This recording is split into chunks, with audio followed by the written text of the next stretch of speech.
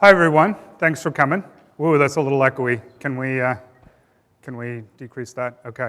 Hi, I'm Mano Marks. I'm here with Josh Livni, my colleague on the Google Geo Developer Relations team, and Brian Flood, who is going to be talking to you about ArktoEarth.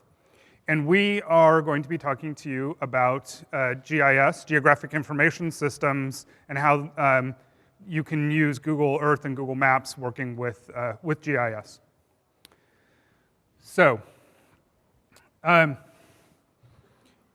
you all know, I'm guessing, you're all here, you're probably the hardcore geo geeks from this conference. You all know a lot about Google and Google Geo and what Google Geo is good for. And a lot of what Google Geo is good for is visualizing geographic data. And just, I'm going to run through, you've seen all these statistics before, I'm sure, but you know, we have, Google Maps is now on over 600,000 websites. We have over 800 million downloads of Google Earth, and there are over 1 billion KML files, which is a keyhole markup language that was originally designed for Google Earth and is now an open standard. Over 1 billion KML files on the web. And the Google Maps API is the most used mashup platform in the world. So that's just a bunch of stuff that you already know. You see Google Maps, you see Google Earth everywhere, right? But the most of what people do with Google Maps and KML is they're showing a point or a set of points. And there's a whole other world which that Google Geo actually does interact with. And these are some of the, we're going to talk to you today about some of both the lesser known aspects of different parts of our APIs and also about some exciting new upcoming projects. So this is the list, and I really dislike agenda slides, so this is the last time you'll see this, but we will let you know where you are throughout the talk. But we're going to be talking a little bit about Google Earth, Google Maps, as I said, some new upcoming stuff, some fusion tables, and then we're going to talk about some integration examples using open source libraries really briefly, and then Brian is going to show you some really interesting real-world examples of using Google's technology to interact with high-end GIS systems. Okay, so let's get started. And I like to start with this because this is kind of the basic. Like, you ask anybody at a party if they know about Google Earth, and they're going to know about Google Earth. Let's try it right now. How many of you have used Google Earth? All right. How many of you knew that Google Earth has a server component to it? Okay, almost everybody. Of course, for this workshop, for this group, students. So for one of the key components that we have for enterprise interactions with Google Earth is this Google Earth server that we've had for a number of years. And what it does is it fuses together data from a lot of different geographic data formats and pushes it out into your own private globe. And one of the key things that you may not know about, and this is going to be the extent of my talking about Google Earth actually today, is this product here, or actually what this represents, which is a portable globe. So this right here, this is a portable Google Earth globe. Now, those people who have the Google Earth server can create these kind of applications to be used entirely offline in the field. So let me describe this for a moment. This is a $150 piece of hardware. It's a physical, this is an Ubuntu server. There's an SD card there, 16 gigabytes, and it's got vector and imagery data on it. Now, use that in companion with a Google Earth client. So this is the Google Earth Enterprise client.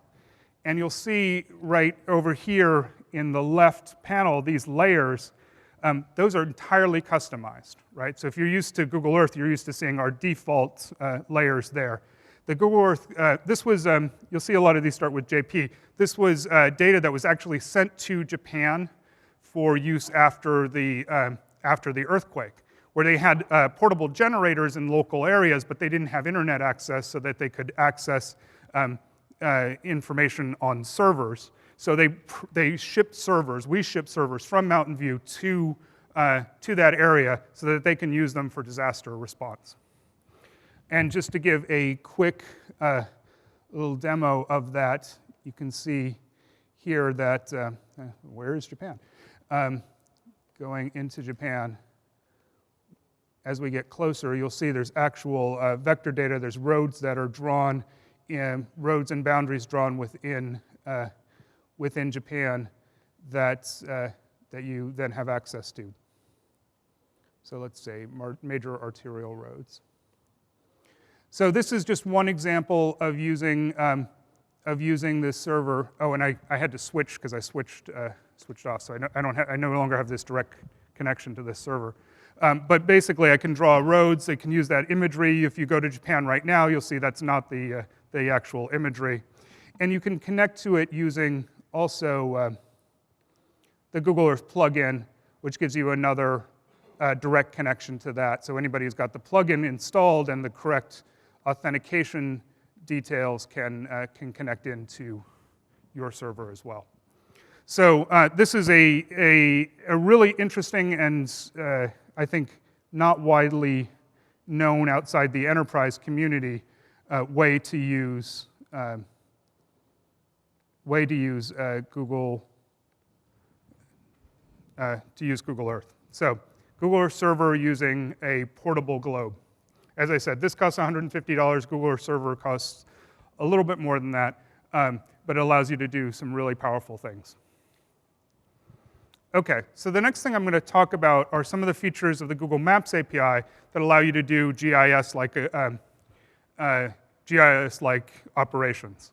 So how many of you know what a projection is when I'm talking about maps? Okay, awesome. So for those of you who are on video, just briefly describe it. Imagine you have a globe, say, the Earth. Imagine that globe is actually like an orange. You take the orange and you peel the orange, and then you flatten the peel out. That's a two-dimensional representation of your 3D globe. And that's essentially what you have to do for a map, right? A two-dimensional map is a two-dimensional representation of a 3D object. So there's a lot of math that's involved in that, and there's different choices that you can make. Now, the default projection is called the Mercator projection. And I'm going to give you an example of some of the differences. So imagine I'm flying from San Francisco to Paris, and I'm going to roughly click on where Paris and San Francisco are. You'll see I've created two different lines here. The red line, or this line that goes straight across the map, is the line that you would naturally draw if you thought that you could simply draw a line and it would connect the two closest points together. The other line is a great circle line. That great circle line is the actual fastest path, shortest path between San Francisco and Paris, or roughly here. Anybody who's flown internationally knows that when you want to fly over you have to fly over Greenland to get to Europe. Okay. So let's take a look at the code for this. The code for this is actually fairly simple. We implemented a new library system in the Maps API so that if you don't want to load specific portions of the code for the Google Maps API, these newer features, you want to keep your higher performance applications loading as little code as possible, then you don't have to. But he would give you the option of loading them in. So you see this parameter, libraries equals geometry, is adding in this geometry library that allows you to do these calculations. And then you see all I did here was, in creating this polyline, I added this option, geodesic true. Passed in that option to this polyline that I'm creating and set that polyline onto the map. So very simple to create geodesic lines on a map. So the code for this other kind of, for projections is a little bit more complex, but I wanted to show you an example here. This is a Gall-Peters projection. And this is using some tiles that we generated directly for this. The idea here is you're showing a different kind of projection using the Maps API, and then you're telling the Maps API how to map points between the two locations. So this is what it would look like in standard Mercator. This is what it looks like in Gall-Peters. And you'll see that Gall-Peters has a fidelity of area rather than angle here. That means that you get a much better sense of the actual size of things. So you see, for instance, Africa is huge compared to Greenland, whereas on a Mercator map, they would look to be roughly the same size. You all know about projections probably quite a bit, so I'm going to not go too much into detail on that. But let me just show you a little bit of the code here. It's actually it's a little involved. We basically provide you with a projections interface, which you have to implement to tell Google Maps how to map from what we call world points to latitude and longitude. And then you have to assign tiles to match those coordinates. So this is just one of the methods that you have to demonstrate, which is you have to implement, which is point to lat long. You also have to do lat long to point. So the docs on this are really pretty clear and easy to use. I'm not going to go too much more into the details, but just to show you that we do have these features. So these are the major features of the geometry library. We also have some encoding, polyline encoding and decoding methods that are in there that you can use to make the definitions of your polylines much shorter. And then, we give you things in the geometry, the spherical library, to compute area, distance, that sort of thing. And then, as I mentioned before, for the projection, we have these two methods that you have to implement on top of when you implement that interface. Okay, I'm going to switch over to Josh right now, and Josh is going to talk to you about fusion tables. Thanks, Mano. Hi, everybody. So you can see we've come quite a long way from putting points on a map or basic visualization that people commonly think of Google Maps or Google Earth. And both of those maps and Earth they've been around a long time, 5 years or more. The stuff I want to talk to you today about are much more recent developments. So fusion tables is the first year at Google I/O that we're talking about it, and I'm going to also talk about some as yet unlaunched things. So there's been a couple other talks that have covered fusion tables. How many of you consider yourselves very familiar with fusion tables at this point?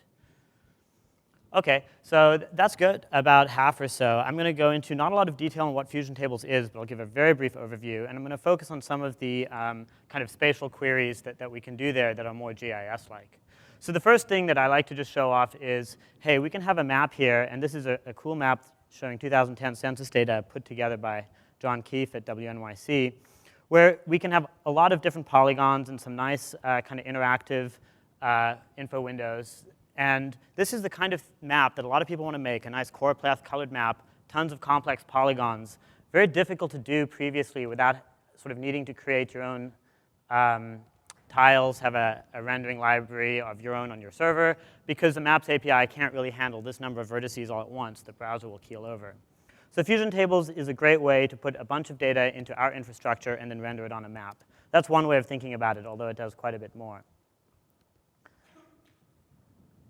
So let's go onto the API, which is why we're here as developers. It has a SQL-like API, which means if you're familiar with using databases, MySQL, Postgres, and others, this will be a familiar way of interacting with the data in fusion tables. So fusion tables is a set of tables. For those of you who aren't familiar, I'll just give a really quick link here. What I've done is uploaded a table of restaurant data that I downloaded from the city of San Francisco. Kind of looks like a spreadsheet, and it has an address field here. In the address field, we're going to automatically geocode when you upload a table like this, so that you could then visualize it in a variety of different options, including a map, which I'll get into in a little bit. So if I was to use the API to do a basic select statement, I could say select the name, which was one of the columns in my table, from the table ID, which is an ID you can get by looking at the URL of your fusion table or some other ways, and just give me back 5 of them. And I'll get back some information that looks like this. I'll just give you a really quick example in the browser so you can see it actually works. This will look better if you can see the URL. This is limit 15. If I said limit 150, I'd get back some more, and it's pretty snappy.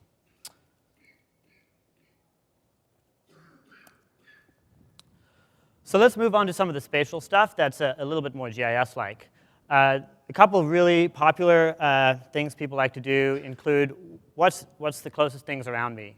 And so the way that we've implemented this is using this order by distance idea. So given the location, give me everything that you can, select some subset of things, order it by the distance from the location that I give. So in this case, I've given the location of where we are, and said give me back the closest 5. And the best way to show this kind of thing is on a map. I've got some demo links here so that in the future, people watching a video or yourselves can get the slides and click on these for the code.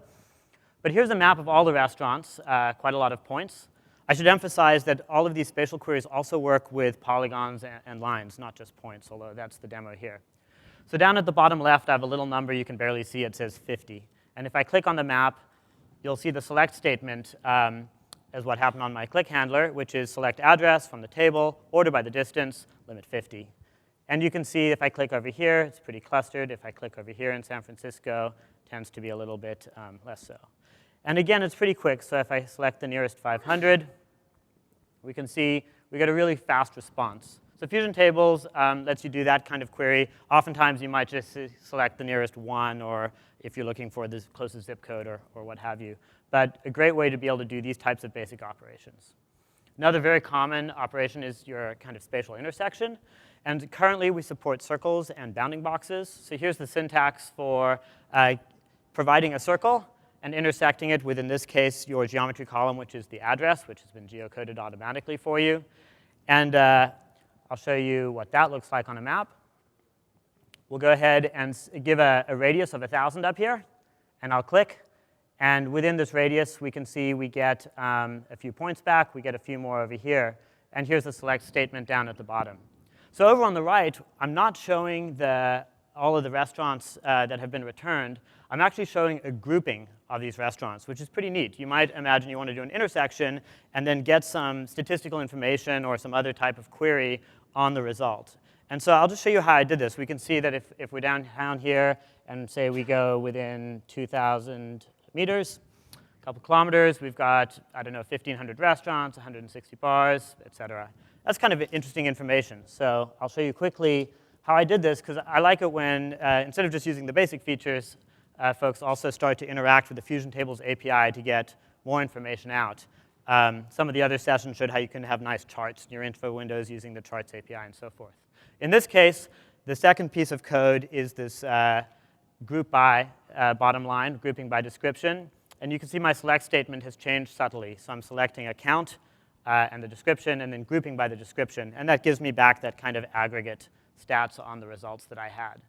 So I find this kind of stuff a really nice addition to the side of your map, depending on your application. So that's a few features of Fusion Tables that weren't covered in some of the other sessions in too much depth. And I hope that you guys take advantage of all the other things that it offers, like the styling APIs that were announced and so on and so forth, but also some of these kind of more rich spatial features. So the next item here is Google Earth Builder. How many of you have heard of Google Earth Builder? OK, so announced just a few weeks ago at the Where 2.0 conference. This is not yet launched. It'll be out in July. And I just want to give a really kind of quick preview to give some of the vision of where we're aiming at here. So a very common problem for some medium and large size organizations is how do you manage all of your spatial data and give people quick and easy access to it, allow people to quickly publish and easily share maps, either within the organizations or externally. So one of the main features is you can upload the data to our infrastructure. That's important. And as you upload it, you can provide various things. So for example, if you provide some attribution as part of the metadata, that attribution will be automatically baked into the tiles, whether it's in Google Earth or Google Maps that we publish out. You can set up tags for easy searching. You can easily look over the data that you have using the kind of search that we try to be good at, and easily share it just like it was a Google Docs amongst people within your organization or externally. and set kind of these robust permissions to make sure that the appropriate people are authenticated, or if you're sharing publicly, that they can access as well. And of course, you can do some basic map creation. You can set nice style templates and apply them to your data, label your data, and then publish it out in a variety of formats, whether it's to maps or Earth, kind of using the free Earth API plugin, or if you're going a more secure route, the Earth Enterprise client that we saw earlier, and also coming up on Android, Earth for Android. So I have a couple just really, really fast demos in the interest of time. I'm not going to go too much into it. If you're interested, you can search for Google Earth Builder, and we kind of have a longer video online that shows off some more features.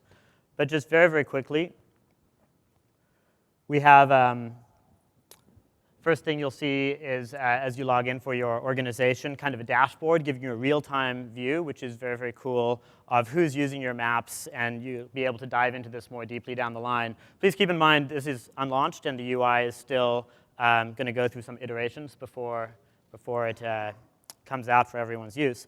But this is just the idea that it is important for you to be able to see who's looking at your data and how. We have some of the things I talked about, the attribution, the ACLs. Let's go ahead and look at some data. So if we have a bunch of data, in this case, I'm going to search for my digital orthoquads. I can see we have a few.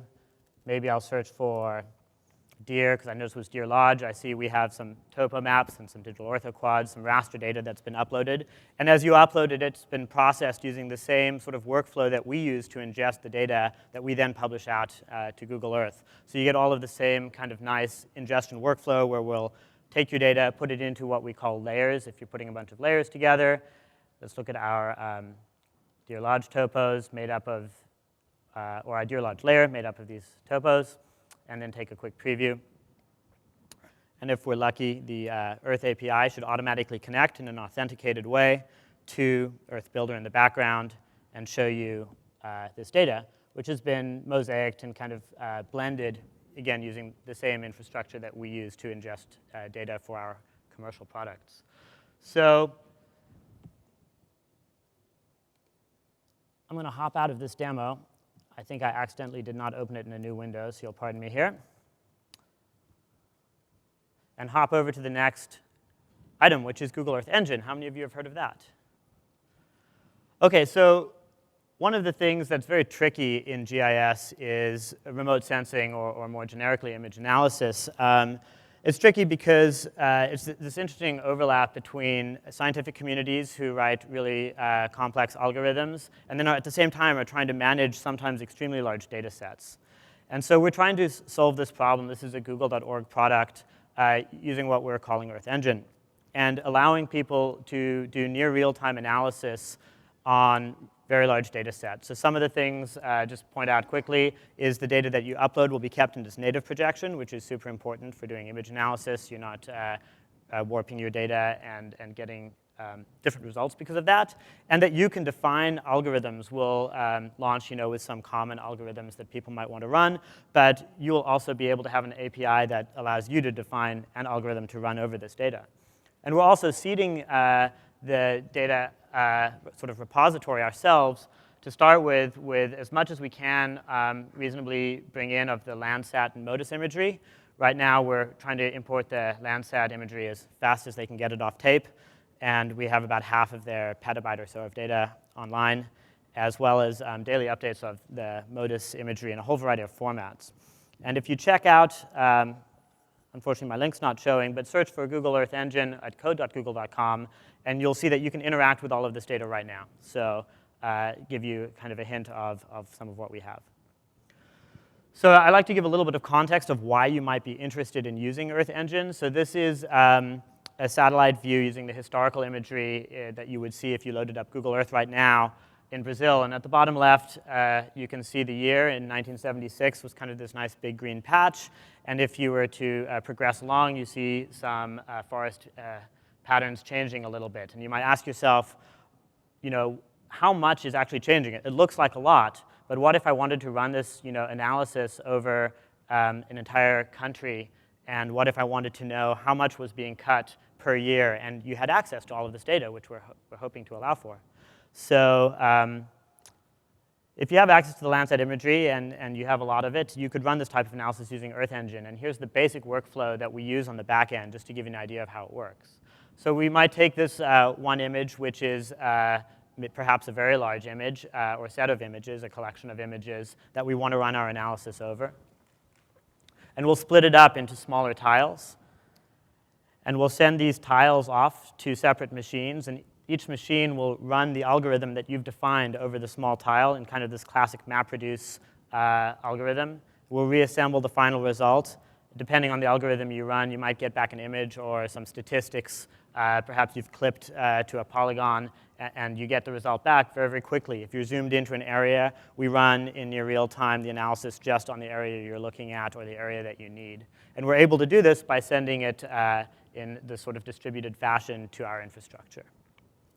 So that's Google Earth Engine. So just a really quick overview of what we've gone through. Some of the products that have been around a long time, overlapping in this larger world of GIS and moving out of just pure visualization, and some new things that are really allowing you to do more robust analysis and map publishing and all of the other things that you see in many of our products kind of starting to move more in this area of GIS. So to kind of show off what that actually means for you as a developer, I'm going to invite Mano back up to talk about some of the integration. Stay up, because it's going to be short. Thanks, Josh. So I'm going to talk about a particular set of libraries that are very commonly used within the entire GIS community. And this set of libraries is used for doing things like interacting with GIS data formats and doing data conversion. So this set of libraries is the GDL OGR libraries. GDL stands for Geographic Data Abstraction Library, and I haven't actually been able to get anybody to tell me what OGR stands for yet. So it's an interesting, I'm sure somebody will come up to the mic and give me their opinions on that.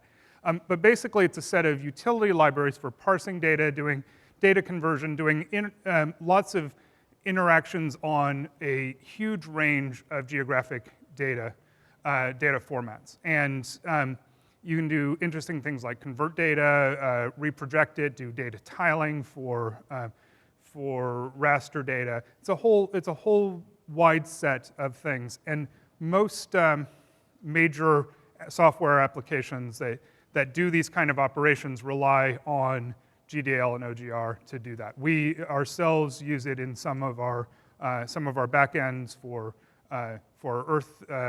Earth Builder and also for Google Earth Pro for doing data conversion.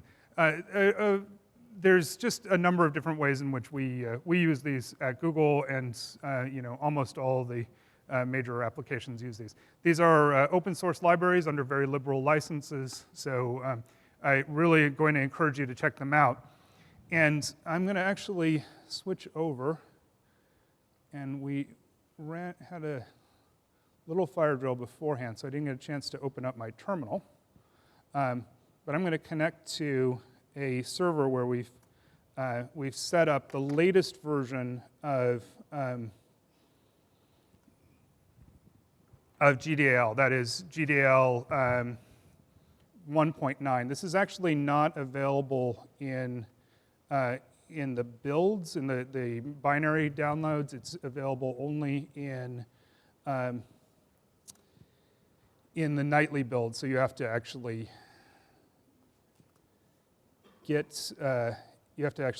compile the source for it. But the feature that I'm going to be showing you, sorry about that, is a feature that is available for the first time in GDL. You can now upload directly to Google Fusion tables using the GDL libraries. So this is the first time a cloud data storage feature has been incorporated within the GDL libraries. It's got a very simple mechanism for doing this. So what I'm going to do right now is I'm going to show you a command line sample here. So This is a little hard to read because I have to do authentication in order to convert a shapefile to Google Fusion tables. But what you see here is I've got OGR to OGR, which is your data conversion utility here, -F, GFT for Google Fusion tables, and then this starts a very long string. You've got those 4 lines on the screen there. That's my auth token that I got using a previous command line, OGR to OGR info, I believe. And then you'll see the last line right there is sanfrancisco.shp. And this is a series of bike lanes in San Francisco. I just downloaded this from the sfdata.gov, and I run this command line utility, and it's basically converting from a shapefile to a Fusion tables table. And you see that's done. It's actually fairly peppy there, very quick. And I'm going to refresh my Fusion tables list, and you'll see there I have this San Francisco table. And I go there, and it's actually converted the geometries to KML and then uploaded them. And I click on map, and I have this data directly in Fusion tables. So this is available to you right now in version 1.9 of the GDL libraries. I'm running a little over time, so I'm going to switch back to Josh and let him finish up. Thanks, Mano. So you'll probably have a good time working with GDL and OGR, but not all of your end users will for your applications. And so I just wanted to quickly mention before we bring Brian on stage the kind of application that we're hoping you guys might build. So this is something I put together in a day called ShapeEscape, which lets you take a shapefile. How many of you know what shapefiles are? That'd be a good question. OK, I think we're good then. Take a shapefile and just very, very easily let the end user upload a shapefile. And it does basically the same thing that Mano just showed off, but via a web UI. And this was built using the Fusion Tables API and the same technologies, OGR and GDL, built on GeoDjango. So this is open source code in case you guys want to check it out, just as kind of an example of how you might do this type of thing. You're welcome to grab it and build this type of application. But much more interesting in this kind of one-off day application are the really rich and robust applications that we're hoping you guys will put together using all of our different services to take advantage of this overlap. And really, really great example of how to do this is what Brian Flood's put together. So I'll switch over to his slides here. While Josh is getting this ready, my name is Brian Flood. I work for a company called ArktoEarth, and we have a piece of software that is basically a bridge software between the Esri ArcGIS world and the Google Geo world. So is everyone in the room familiar with ArcGIS? Hands up? So just about everyone. OK, great. They clearly are the big name in the GIS space, and what we try to do is build applications to kind of bridge the two together.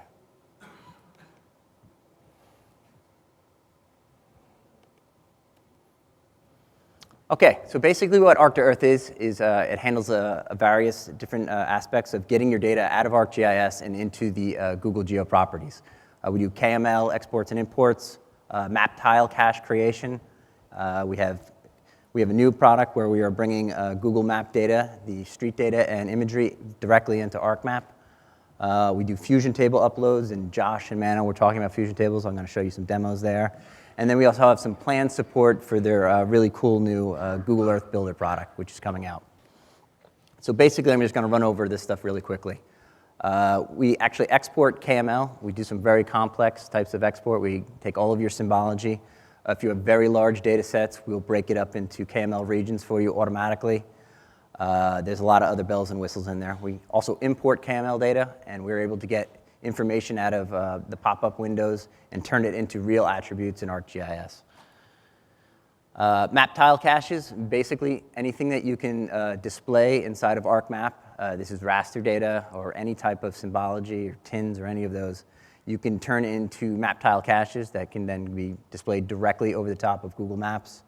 To the right there, you can see this is an open source application called Mapbox. We will support those types of formats, so you can take your map tiles put them on an iPad or an Android application, and be disconnected and have them out in the field.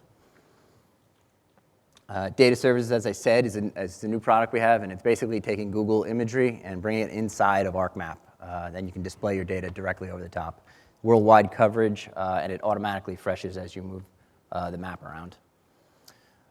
Fusion tables, obviously, anything you can display and have inside of ArkMap, you can point our uploader directly at it, and it'll take care of it. Use the Fusion Tables API, so we're not bound by any of the KML export or import limits with Fusion Tables right now. So as large as you need, it'll import it up. So one of the things I want to talk about, because I know they released it at Google I/O, is the new style API that they're going to do. We will handle that in the next rev of ArktoEarth. Basically, anything you can see, you have your layers, the renderers and labeling and symbols will be able to, as best as possible, get it up into Fusion Tables. You can define your info windows directly inside of ArkMap and have them show right up in Fusion Tables. So basically, the stuff I want to show, the two quick demos, is how can we make Fusion Tables more GIS-like, and how can we make them interoperate with your standard enterprise GIS. With Fusion Tables, you're getting definitely scalability, zero configuration, zero maintenance. So for a lot of our clients, it's just a no-brainer to move to this type of setup. So the last point there is probably the most important. What we want to do is how do we take Fusion Tables and then make it look like something that a typical ArcGIS server can interoperate with. And Esri they released an open REST specification that then we took and implemented up on top of App Engine. So some of the technology stacks that we're using for these demos is obviously Google Maps Premier. We have Google App Engine, Fusion Tables, some ArcGIS, and Arc-to-Cloud. And Arc-to-Cloud is basically what we have running up on top of App Engine is a wrapper around Fusion Tables, and we're adding extra GIS functionality to it. Primarily, what you want to look at is the data sources up top, and they are one-for-one with your Fusion Tables. We use OAuth to communicate with Fusion Tables, and then find out what your data is, and then add this extra functionality. We have a native REST API, and the geospatial REST spec is how we interoperate with Esri products.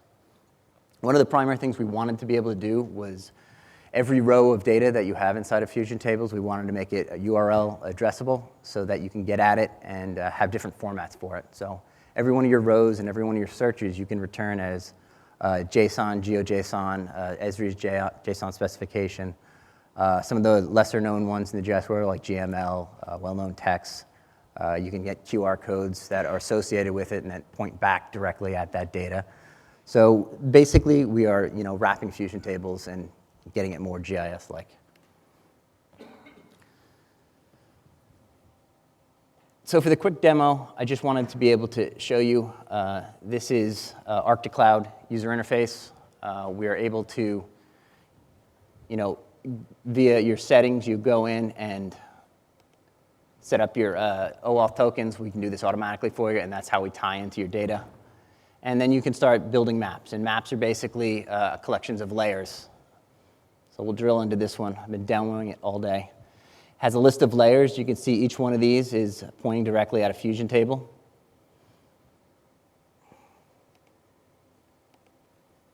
A bunch of polygons. We've been doing demos in the sandbox all day. So that's cool. So we were able to make a collection of layers, and how can we display this inside some of the ESRI properties? So let's take that same map, and we'll view it in ArcGIS.com.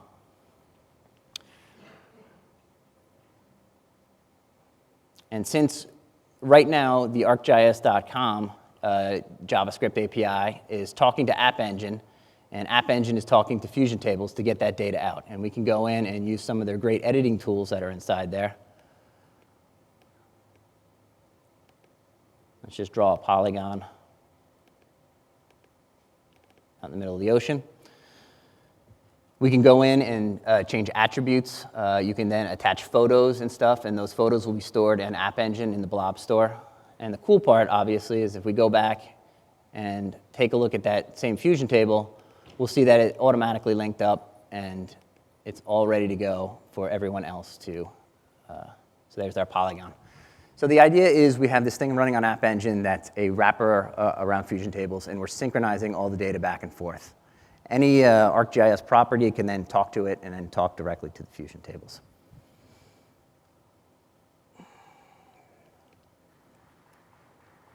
So another demo I wanted to show real quickly was task queue geoprocessing.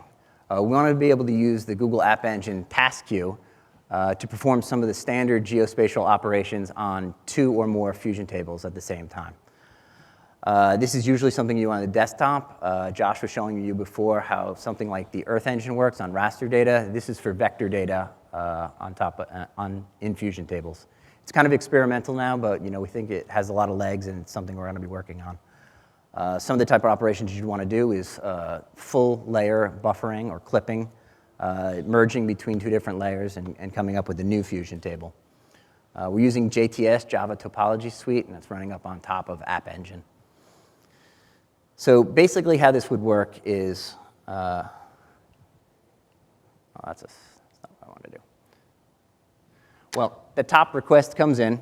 It will go to the data store iterator, and basically what that is how do you break up processing this in a MapReduce type way? Depending on the spatial operation you're doing, you may want to do it in ranges, which is just groups of rows from Fusion Tables, or if they need to be spatially related, it needs to be done in grids. And grids will basically then go out, query both the tables, bring them back to App Engine, do the operation, and then write it back out to Fusion Tables. So you can see on the right hand of the screen there, you can see that's occurring in the task queue. And then when it's done, it's actually writing back to the new Fusion table. So I'll just try and do a quick demo of this to show you what we're talking about. So basically, you go down to your analytics section. We're going to do a spatial join. And what a spatial join is we have 2 different tables, a polygon table in Fusion Tables and a point layer in Fusion Tables. We want to be able to add a new field on the polygon layer and then sum up the count of one of the properties on the point layer.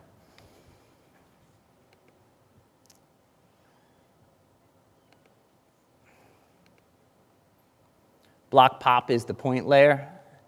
We'll call this zip code join 9. These are the different options for the type of join we want to do. Here are the fields. We want to calculate the total number of households. The aggregate operation is what you would, how you want that to actually be summed up. A simple sum is fine. And then we hit run. And what this is doing now, what we saw on the last slide, is it's breaking up into multiple ranges. It's going off to the Fusion Tables. It's pulling that data in and actually making the join for you. And so we saw a small error occur, but for the most part, we'll be able to drill in and see.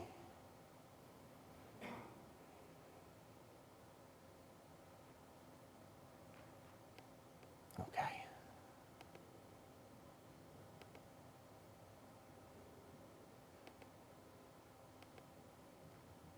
So if we look at this new Fusion table that was created, we'll see there's now a households field at the end that's populated with the sum of all that point data that came in.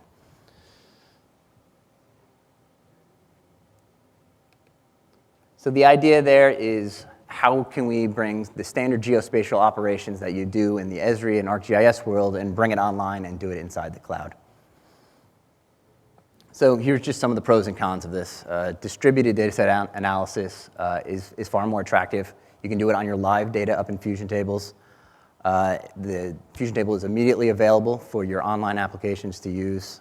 A lot of the stuff in the task queue for App Engine can take care of small errors and requeue them. Obviously, there's a lot of bandwidth consumed. We think in the future that this is not going to be that big a deal. It might be now. And then there's some other issues with oversampling of data. On Arc to Cloud, we do have a feature cache, which helps with this type of operation. So that's just my quick demo. Thanks a lot for listening. And come check us out in the sandbox if you want to learn a little bit more.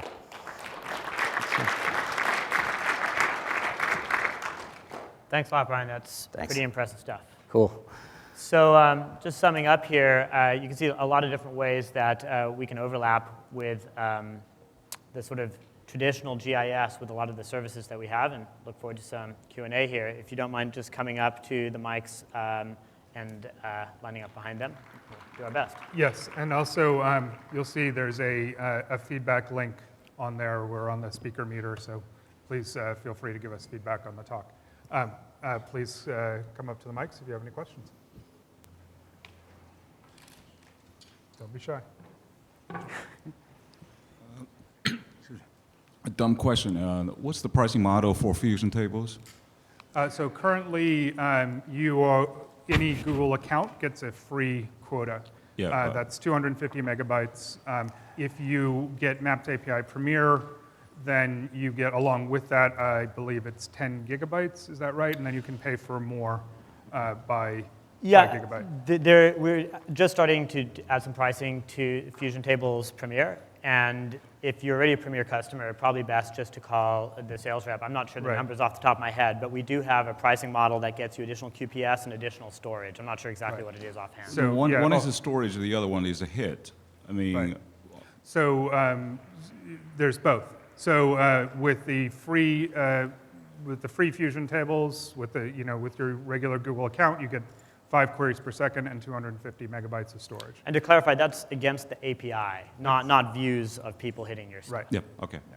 All right. And then you get much more with Premier for both, and you can pay for additional. When would be the final pricing coming out? Do you guys? The final pricing is actually out, but you should talk to a salesperson about it. Yeah. Okay. All right. Thanks.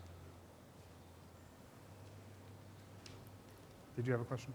I just had a comment that maybe I haven't found it, and you guys are already on it, but you're talking about getting historical data into Google Earth, and one of the sites that I've had a lot of fun with is a place called historicaerials.com, and they have put online a lot of the USGS aerial mappings from the 40s, 50s, and 60s in the U.S.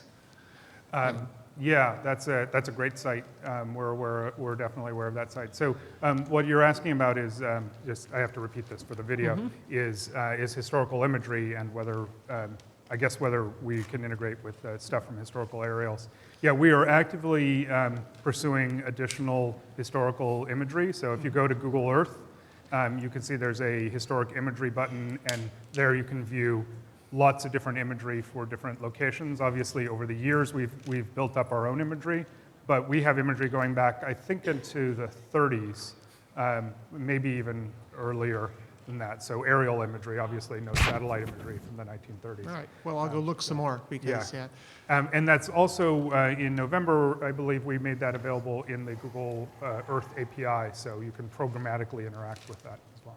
Nice. Thanks. Sure. And you showed the distance-based queries on the Fusion table. Is it just Euclidean, and are there any plans for network distance? There aren't any plans for network distance as far as I know. I should caveat that a little bit with saying that the Maps API, we just recently launched a distance matrix calculation that lets you do, given a set of points, kind of a matrix of them, you can get the time it would take to travel using various different bicycling, walking, and driving directions. So that type of network distance we offer in the Maps API using the sort of Directions API. But Fusion Tables uses, I don't think it's actually Euclidean distance. It's not actually sure. I should check up on that before I say something it might not be. But yeah, we're probably not going to offer network distance in there.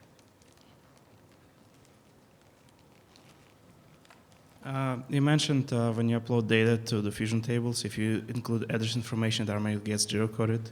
Are there limits in how fast it's going to get geocoded? Like if I want to display, if I want to upload like really large data set. Yeah. So the limits are the same as for the Maps API. So you actually have to trigger this in Fusion Tables. When you upload a file and it's got a single column for your addresses, and then you go into Maps, it'll start to geocode it, and the limit is 2,500 a day for the free accounts, and then whatever your quotas are for Premier. So it's about, the geocoding is about the same speed as like if you're using Google Maps API Yes. to geocode. Yeah. Got it. Okay. You don't need the geocoder if you already have latitude, longitude information. Next. This question's for Brian. You mentioned how your Arc or your products can take the Google content and stream it into the ArcGIS. Right. Is it the desktop The version? desktop.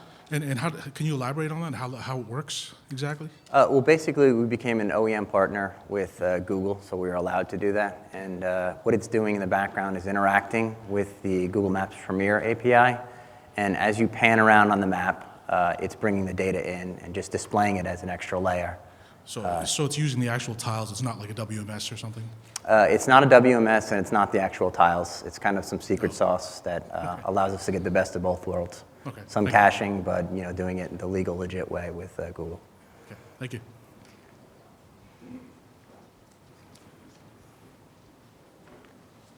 Well, with Fusion tables, there is a final KML URL that you can use, right?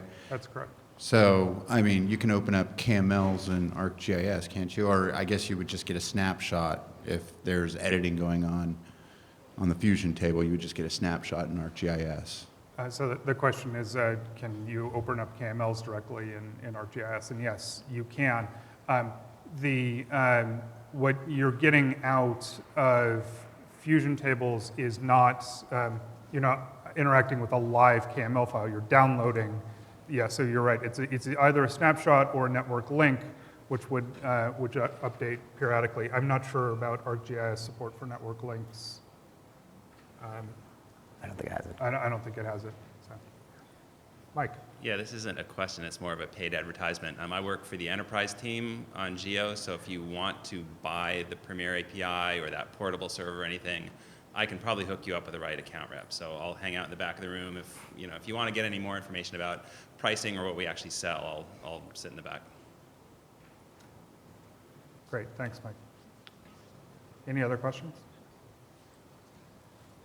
All right, well, thanks for coming to Google I/O, everyone.